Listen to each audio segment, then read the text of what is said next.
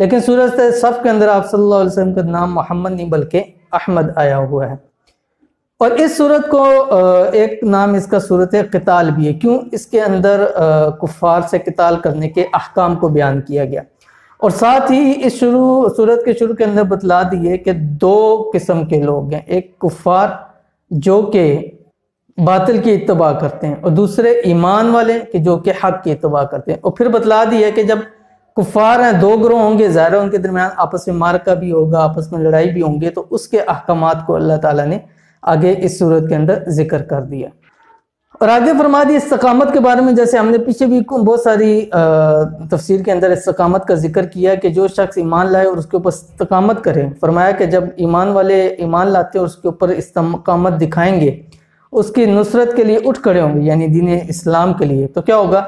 اللہ تعالیٰ ان کی مدد کرے گا اور ان کو اللہ تعالیٰ ثابت قدم رکھے گا۔ اور آگے فرمایا کہ جب ہم نے آیات قتال کو نازل کیا تو مسلمانوں اور منافقوں میں تمیز ہوگی، کیوں؟ اس لیے کہ آیت قتال سن کر ایمان والوں کی قوت ایمانی میں اضافہ ہو جاتا ہے، جبکہ جو منافق لوگ ہیں ان پہ کیا ہوتا ہے؟ موت سی بے ہوش طاری ہو جاتی ہے ان آیات کو سن کر۔ آخر میں اللہ تعالیٰ نے جو قتال جہاد نہیں کریں گے اس کے بارے میں وعید نازل کی اور فرمایا اگر تم منہ پھیرو گے ہمارے احکامات سے تو وہ تمہاری جگہ اور لوگوں کو لے کر آ جائے گا، اور وہ تمہاری طرح کے نہیں ہوں گے، یعنی وہ ہوں گے جو اللہ تعالیٰ کے احکامات کو ماننے والے ہوں گے۔ اس کے اوپر یہ سورت محمد مکمل ہو جاتی ہے۔ اس کے بعد نئی سورت ہے، اس کا نام ہے سورت فتح، مدنی سورت ہے، 29 آیات ہے۔ وجہ تسمیہ یہ ہے کہ فتح کے مختلف الفاظ اس سورت کے اندر آئے ہیں، اور اس فتح سے مراد صلح حدیبیہ ہے۔ یہ سورت صلح حدیبیہ کے واپسی کے اوپر نازل ہوئی تھی، اور آپ حضرت عمر رضی اللہ تعالیٰ عنہ نے فرمایا کہ رسول اللہ صلی اللہ علیہ وسلم نے ارشاد فرمایا حدیث کے اندر کہ آج شام مجھ پر ایسی سورت نازل ہوئی جو دنیا و ما فیہا سے زیادہ مجھے محبوب ہے، اور فرمایا حضرت عمر رضی اللہ تعالیٰ عنہ نے اس کے بعد آپ علیہ السلام نے سورت فتح کی چند آیات جو ہے وہ تلاوت فرمائی ہیں۔ صلح حدیبیہ کا کیا پس منظر تھا، تھوڑی سی کوئی تفصیل آپ کو بتلا دوں تاکہ معلوم ہو جائے۔ جب آپ علیہ السلام مدینہ سے تھے، ایک رات خواب میں دیکھا کہ بیت اللہ میں ہے اور طواف کعبہ کر رہے ہیں، صحابہ کرام رضوان اللہ تعالیٰ علیہم اجمعین کو خواب سنایا، اور ان کو بھی پتہ تھا کہ نبی کے خواب جو ہیں وہ سچے ہوتے ہیں۔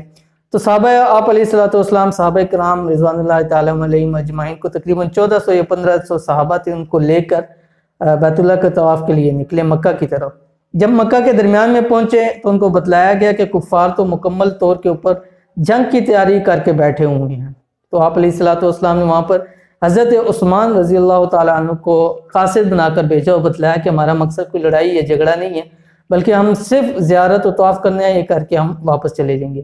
اب حضرت عثمان رضی اللہ تعالیٰ عنہ کچھ دیر ہوئی واپس نہ آئے، تو یہاں مسلمانوں میں افواہ پھیل گئی کہ حضرت عثمان رضی اللہ تعالیٰ عنہ کو شہید کر دیا گیا۔ آپ صلی اللہ علیہ وسلم نے فوراً تمام اصحاب سے وہاں پر بیعت لے لی، جس بیعت کو بیعت رضوان بھی کہا جاتا ہے۔ تو جب وہاں پر بیعت لے لی، بعد میں معلوم ہوا کہ یہ افواہ جھوٹی تھی، حضرت عثمان رضی اللہ تعالیٰ عنہ زندہ ہیں۔ اس کے بعد انہوں نے کہا چلو آپس میں ہم مذاکرات کر لیتے ہیں۔ وہاں پہ مذاکرات ہوئے، اور وہاں پہ ایک شک نامہ تیار کیے کہ اگلے 10 سال تک ایک دوسرے سے قتل و قتال نہیں کریں گے۔ اب اس میں صلح حدیبیہ کے اندر جو شکیں تھیں، ان میں سے بہت ساری ایسی شکیں تھیں کہ جو مسلمانوں کو کمزور ثابت کرتی تھیں، لیکن اللہ تعالیٰ نے اس کو فتح مبین قرار دے دیے۔ کیوں قرار دے دیے؟ اس لیے کہ صرف 2 ہجری 2 سال بعد جب اس وقت جب جا رہے تھے تو 1400 یا 1500 صحابہ کرام موجود تھے، لیکن ٹھیک 2 سال کے عرصے کے بعد صحابہ کرام کی تعداد 8 ہجری کے اندر 10,000 ہو گئی تھی، کیونکہ جب آپس میں معاملات ہوئے صحابہ کرام کو انہوں نے ان کی زندگیاں دیکھی اور چیزیں دیکھی، تو وہ لوگ خود بخود جو ہے وہ ایمان لینے شروع کر دیا انہوں نے۔ اور جن لوگوں نے ادھر بیعت کی تھی جو صحابہ کرام موجود تھے، اللہ تعالیٰ نے ان کے بارے میں فرمایا کہ اے پیغمبر صلی اللہ علیہ وسلم، جب مومن تم سے درخت کے نیچے بیعت کر رہے تھے تو اللہ تعالیٰ ان سے خوش ہو گیا۔ اس کے بعد اختتام صورت کے اندر اس صورت کے اندر 3 امور ذکر کیے گئے۔ نمبر 1، اللہ نے حضرت محمد مصطفیٰ صلی اللہ علیہ وسلم کو ہدایت و دین حق دے کر اس لیے بھیجا تاکہ آپ صلی اللہ علیہ وسلم اسے سارے ادیان پر غالب کر دیں۔ دوسرا، صحابہ کرام رضوان اللہ تعالیٰ علیہ مجمعین کی تعریف کی کہ وہ کفار کے مقابلے میں بڑے سخت ہیں اور آپس کے اندر رحمت دل ہیں۔ اور تیسرا فرمایا کہ ان لوگوں کے ساتھ مغفرت اور اجر عظیم کا وعدہ ہے جو ایمان لائے اور نیک اعمال کرتے رہے۔ اس کے اوپر یہ سورۃ فتح بھی مکمل ہوتی ہے۔ اس کے بعد آگے نئی سورت شروع ہوئی، سورۃ الحجرات، مدنی سورت ہے، کل 18 آیات ہے۔ وجہ تسمیہ یہ ہے کہ حجرات حجرہ کی جمع ہے، اس حجرہ کمرے کو کہا جاتا ہے، چونکہ اس سورت کے اندر ان بدوؤں کا اور دیہاتیوں کا ذکر ہے جو کہ ادب سے ناشنا تھے اور آپ علیہ السلام کو گھر کے باہر سے آوازیں دیا کرتے تھے اونچی آواز میں، تو ان کے بارے میں بتلایا گیا، تو اس لیے اس سورت کو سورۃ الحجرات کہا جاتا ہے۔ آگے اللہ رب العالمین نے اس سورت کے اندر، اور بتلانا چلوں کہ اس سورت کا ایک نام سورۃ الاخلاق والآداب ہے، کیونکہ اس میں آپ صلی اللہ اور رسول کے بھی آداب بتلائے گئے اور مومنین کے بھی آداب بتلائے گئے اور عام معاشرتی آداب کو بھی اس سورت کے اندر ذکر کیا گیا۔ تو آگے اللہ رب العالمین نے پہلے اللہ اور اس کے رسول کا آداب بتلایا۔ نمبر 1 فرمایا کہ مومن کو چاہیے کہ جب تک اللہ اور اس کے رسول کے حکم کو نہ جان لیں اپنے رائے اور فیصلے کا اظہار ہرگز نہ کریں، پہلے اللہ اور اس کے رسول کے فیصلے کو سب سے مقدم رکھیں۔ دوسرا فرمایا نبی صلی اللہ علیہ وسلم سے بات کرتے ہوئے اپنی آوازوں کو پست کریں، اور تیسرا فرمایا کہ نبی کو نام لے کر یا کنیت سے ان کو آوازیں نہ دیجیے۔ یہ ذکر کرنے کے بعد آگے معاشرتی آدابوں کو اللہ تعالیٰ نے ذکر کیا۔ نمبر 1 یہ کہ افواہوں پر کان نہ دھریں، جو بھی ان سے بات کی جائے پہلے اس بات کو مکمل تحقیق کر لیں کہ یہ بات سچ ہے یا جھوٹی ہے۔ اور دوسرا فرمایا کہ دنیا بھر کے جتنے مسلمان ہیں آپس میں سب بھائی بھائی ہیں، وہ آپس میں لڑ پڑیں یا آپس میں ایک دوسرے سے جدا ہوں تو ان کی آپس میں صلح کرا دی جائے، کیونکہ سارے مسلمان آپس میں بھائی ہیں۔ اس کے بعد اللہ تعالیٰ نے تقریباً 6 معاشرتی آداب کو، بڑے آداب کو ذکر کر دیا کہ یہ وہ آداب ہیں کہ جن کی رعایت نہ رکھنے کی وجہ سے آپس کے تعلقات اور مسائل پیدا ہوتے ہیں۔ ان کو اللہ تعالیٰ نے ذکر کیا، کون کون سی ہیں۔ نمبر 1 فرمایا کہ ایک دوسرے کا مذاق مت اڑایا کرو۔ نمبر 2 عیب نہ لگاؤ، یعنی تانا نہ دو ایک دوسرے کو۔ نمبر 3 برے لقب سے نہ پکارو۔ نمبر 4 بدگمانی مت کرو کسی کے بارے میں۔ نمبر 5 مسلمان کے عیب اور کمزوریوں کی ٹو میں، یعنی ان کی تلاش میں نہ لگے رہا کرو۔ نمبر 6 فرمایا غیبت نہ کرو، اور غیبت کی مثال ایسے دی جیسے اپنے مردہ بھائی کا گوشت کھا رہا ہے وہ۔ اور اس صورت کے اندر اللہ تعالیٰ نے آخر میں ارشاد فرمایا کہ قوم، قبیلہ، ذات، پات، رنگ، نسل یہ اللہ کے ہاں قابل قبول نہیں ہے، اصل اللہ کے ہاں قابل قبول تقوی کا معیار ہے۔ اس لیے کہنا کہ میں اعلیٰ ہوں، میں فلاں ہوں، یہ نہیں، بلکہ تم میں سے اصل اور اعلیٰ اور اللہ کے ہاں بلند و بالا کون ہے؟ جو تقوی کے لحاظ سے برتر ہو۔ اس کے اوپر یہ صورت مکمل ہو جاتی ہے۔ اس کے بعد آگے نئی صورت ہے، سورۃ قاف، یہ مکی صورت ہے اور اس کے اندر کل 45 آیات ہیں اور قاف سے شروع ہوئی، اس لیے اس کا نام سورۃ قاف رکھا گیا۔ اور یہ ایسی صورت ہے کہ جس کو آپ علیہ السلام اکثر جمعے یا عیدین کی نمازوں کے اندر اس کو پڑھا کرتے تھے۔